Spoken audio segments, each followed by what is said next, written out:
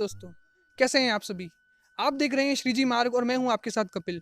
दोस्तों, आज हम आपको लेके आए हैं राजस्थान में स्थित आबू रोड शहर में उमरनी जगह पर भगवान ऋषिकेश के मंदिर में। दोस्तों, भगवान ऋषिकेश विष्णु भगवान को यहाँ पर कहा जाता है। अगर मैं आपको बोलूँ कि मंदिर बहुत प्राचीन है तो उसका अंदाजा हम कैसे लगाएंगे? दोस्तों, सबसे बड़ी बात कि आप लोग जानते होंगे, कई दर्शक जानते होंगे कि भगवान श्री कृष्ण का जन्म जब भगवान पृथ्वी पर अवतरित हुए थे वो करीबन आज से 5000 साल पहले हुए थे। तो दोस्तों, मंदिर जो है वो भगवान श्री कृष्ण के पैदा होने से भी 2000 साल पहले से यहाँ मौजूद है। तो आप सोच सकते हैं कितना प्राचीन और कितना विशिष्ट है। दोस्तों, मंदिर की महानता का अंदाजा आप इस बात से लगा सकते हैं कि भगवान श्री कृष्ण खुद स्वयं और साथ ही पांचों पांडव भगवान विष्णु के विग्रह का दर्शन करने यहाँ आए हुए हैं। दोस्तों, अब बाकी की जो कथा है वो आपको खुद नहीं बताऊंगा, बल्कि जो यहाँ के पंडित हैं, जो यहाँ के सेवायक हैं, जो 24 घंटे अपनी सेवा देते हैं, हम उनसे बाकी कथा का श्रवण करेंगे।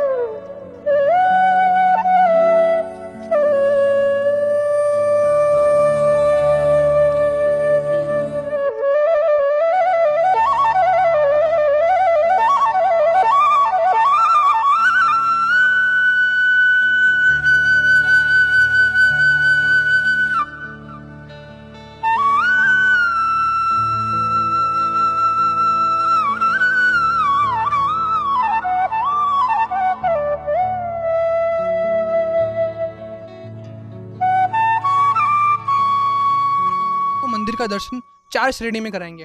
सबसे पहले हम आपको गर्भगृह का दर्शन कराएंगे, फिर हम पंडित जी से कुछ मुलाकात करेंगे और फिर हम आपको भीम की चक्की है यहाँ पर जो कि भीम द्वारा यहाँ स्थापित की हुई है उसका दर्शन कराएंगे और 4 में कुछ छोटी मोटी कुछ मंदिर की विशेषताएं हैं उनका हम दर्शन कराएंगे। दोस्तों, चलिए अब हम मंदिर के गर्भगृह में चलते हैं, आपको भगवान श्याम सुंदर के मनोहर दर्शन कराते हैं। तो दोस्तों, अब हम मंदिर के बिल्कुल अंदर आ चुके हैं और आप देख सकते हैं कि कितना बड़ा गुंबज है। एक बार कैमरा जरा इधर करिए। आप देख सकते हैं कि कितना बड़ा गुंबज है और कितनी तरह की नक्काशी की हुई। दोस्तों, बीचों बीच जो यहाँ पर पहले झूमर हुआ करता था, लेकिन कुछ बाधाओं के कारण उसे हटा दिया गया अभी। दोस्तों, अब आपको मंदिर के जो है भगवान विष्णु के गर्भगृह के दर्शन कराएंगे दोस्तों। और भगवान को समझने के लिए मैं आपको कुछ बातें बताऊंगा जिससे आप समझ सकेंगे कि विग्रह जो है किस रूप में और कैसे यहाँ पर स्थापित है। ठीक है दोस्तों, अब हम बिल्कुल भगवान के मंदिर के अंदर आ चुके हैं और आप देख सकते हैं कि भगवान कितने सुंदर, श्याम सुंदर, कितने सुशोभित है, कितने ही सुंदर है कि कुछ शब्दों में उन्हें बिल्कुल बताया नहीं जा सकता। तो यहाँ बिल्कुल बीचों बीच भगवान विष्णु की जो है छवि है, विग्रह है मैं कहूँ तो।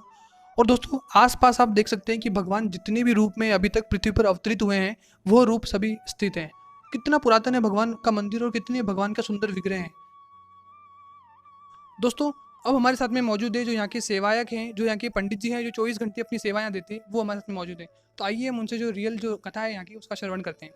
तो आप विस्तार से एक बार हमें पूरी कथा का श्रवण कराइए। यहाँ पे ये अमरावती नगरी है, राजा अमरीश की अमरावती नगरी है। और राजा अमरीश ने यह तपस्या की जब भगवान को यहाँ आना पड़ा था। जब इंद्र भगवान का सिंहासन डोलने लगा तो इंद्र भगवान ने ऊपर से चट्टान फेंक दी। उनके लिए तो कंकर है, लेकिन अपने लिए तो 500 लोग बैठ सकते हैं। ये सामने अदरशिला है। फिर जब भगवान को यहाँ आने भगवान यहाँ आए भक्तों के लिए, कहते हैं कि भगत के बस में है भगवान, तो भगत के बिना भगवान नहीं है। फिर भगवान बोले भगत को कि बोल भगत, जो तेरे मन में तमन्ना है वो बोल। जब राजा अमरीश ने एक ही बोला कि प्रभु आप आए हो सदा, तो इस नगरी में सदा वास करो। जब मूर्ति स्थापना करनी पड़ी भगवान की। आप देख सकते हैं कि शिला बिल्कुल जो चट्टान है, जो पहाड़ है, उससे बिल्कुल अलग है, बिल्कुल अटैच नहीं है। आप ऐसे पहाड़ आपने देखा ही नहीं होगा कि इतनी बड़ी शिला बिल्कुल अलग से उपस्थित है। भगवान के हाथ से ही मूर्ति स्थापन है। और भगवान के इस मूर्ति में 24 अवतार दिए हुए, जो भगवान के हुए आज दिन तक 23 अवतार हुए हैं। और इस मूर्ति में है 24 अवतार।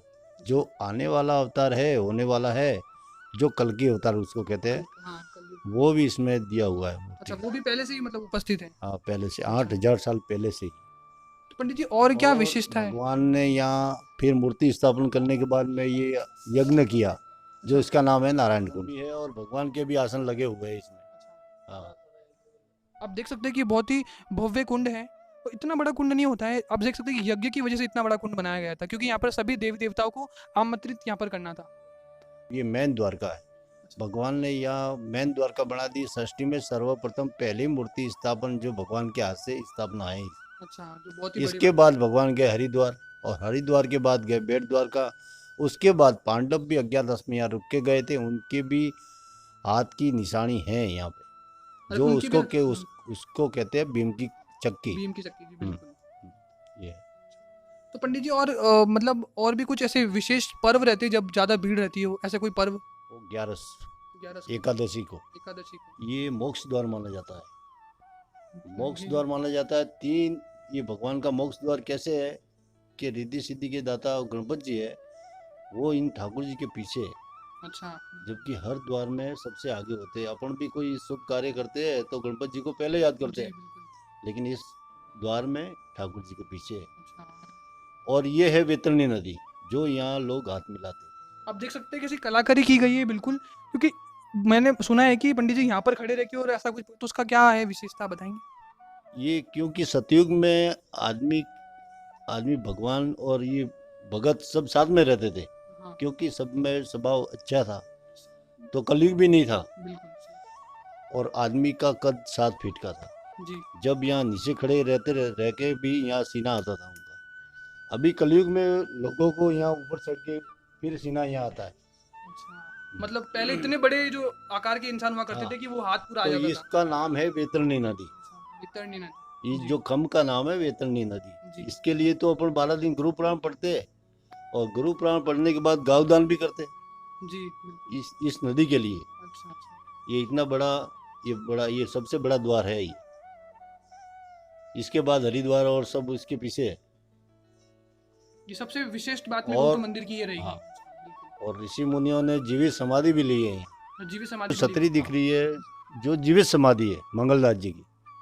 अच्छा, हाँ। तो पंडित जी 2 समाधि होती है कि एक तो जीवित होती है और एक पूर्णता के साथ में होती है। वो तो होती है, वो अलग है, लेकिन ये जीवित समाधि। जीवित समाधि मतलब वो जब थे ही अपने हाँ। तभी उन्होंने समाधि ली। ठीक है पंडित जी, हमारे साथ में जुड़ने के लिए बहुत बहुत धन्यवाद, और बहुत कथाएं जो फैली हुई थी और आपने बिल्कुल हमें अवगत कराया, उसके लिए बहुत बहुत धन्यवाद। हम जहाँ पर अभी खड़े हैं वो जो मंदिर का पहले मेन द्वार हुआ करता था, अब दोस्तों कुछ कुछ कारण की वजह से जो गेट है वो पीछे से दे रखा है। आप देख सकते हैं कि सामने जो है मंदिर है, और ये जो है मेन द्वार है यहाँ का, जो पहले हुआ करता था, जो प्राचीन से ही मेन द्वार ये हुआ करता है। और आप देख सकते हैं कि यहाँ पर भगवान जो गणेश है वो विराजमान है, और यहाँ पर भगवान हनुमान जी विराजमान है, जो कि पहरेदार माने जाते हैं मंदिर के। और हमारे एक सामाजिक के हिसाब से, और बोल सकते हैं कि हम रिलीजन जो है हमारा हिंदू धर्म के हिसाब से, जो गणेश जी है और हनुमान जी, उन्हें पहरेदार कहा जाता है मंदिर का। और आप ऊपर देख सकते हैं कि जो पहले के टाइम पे जो रियल चौकीदार हुआ करते थे इंसानी, वो वहाँ पर चौकीदारी देते हैं मंदिर की, क्योंकि पहले बहुत तरह का बोल सकते हैं कि खतरा था मंदिर को, या फिर ऐसा हमें ध्यान रखना पड़ता था। और पहले क्या हीरे और जवाहरात भी यहाँ पर थे, जो कि ध्यान भी रखना पड़ता था। दोस्तों अब हमारे सामने आप देख सकते हैं हम उस जगह पे जाने वाले हैं जहाँ पे भीम की चक्की जो है वो मौजूद है, और हम आपको दर्शन कराएंगे, तो आइए हमारे साथ। दोस्तों अब हम आ चुके हैं मंदिर के पीछे वाले भाग में, जहाँ पर भीम जो था, आप जानते हो कि 5 पांडवों में जो भीम था वो सबसे बलशाली था। तो दोस्तों अब हम आपको मंदिर के अंदर लेके चलेंगे, और आप आ सकते हैं बिल्कुल। चक्की जो है जो भीम द्वारा उपयोग की थी उसका हम आपको दर्शन कराएंगे, आइए मेरे। आप देख सकते हैं चक्की, एक बार दर्शन करिए आप चक्की का।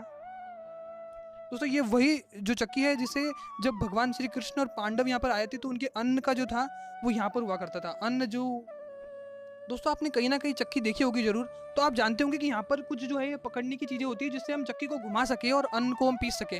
दोस्तों यहाँ पर आप देख सकते हैं कि कुछ भी नहीं है, इसकी वजह भी है। उसकी वजह यह है कि जो भीम थे वो इतने बलशाली थे कि वो अपने हाथों से चक्की को इस प्रकार पकड़ के और घुमा देते थे और पूरा अन्न जो पीस देते थे। अब दोस्तों जब भगवान ऋषिकेश आ चुके थे तो एक ऐसा स्थान होना चाहिए जहाँ पे भगवान स्नान कर सके। दोस्तों ये वही कुंड है मंदिर के पास जहाँ पे भगवान और 5 पांडव स्नान आदि क्रियाएं करते थे।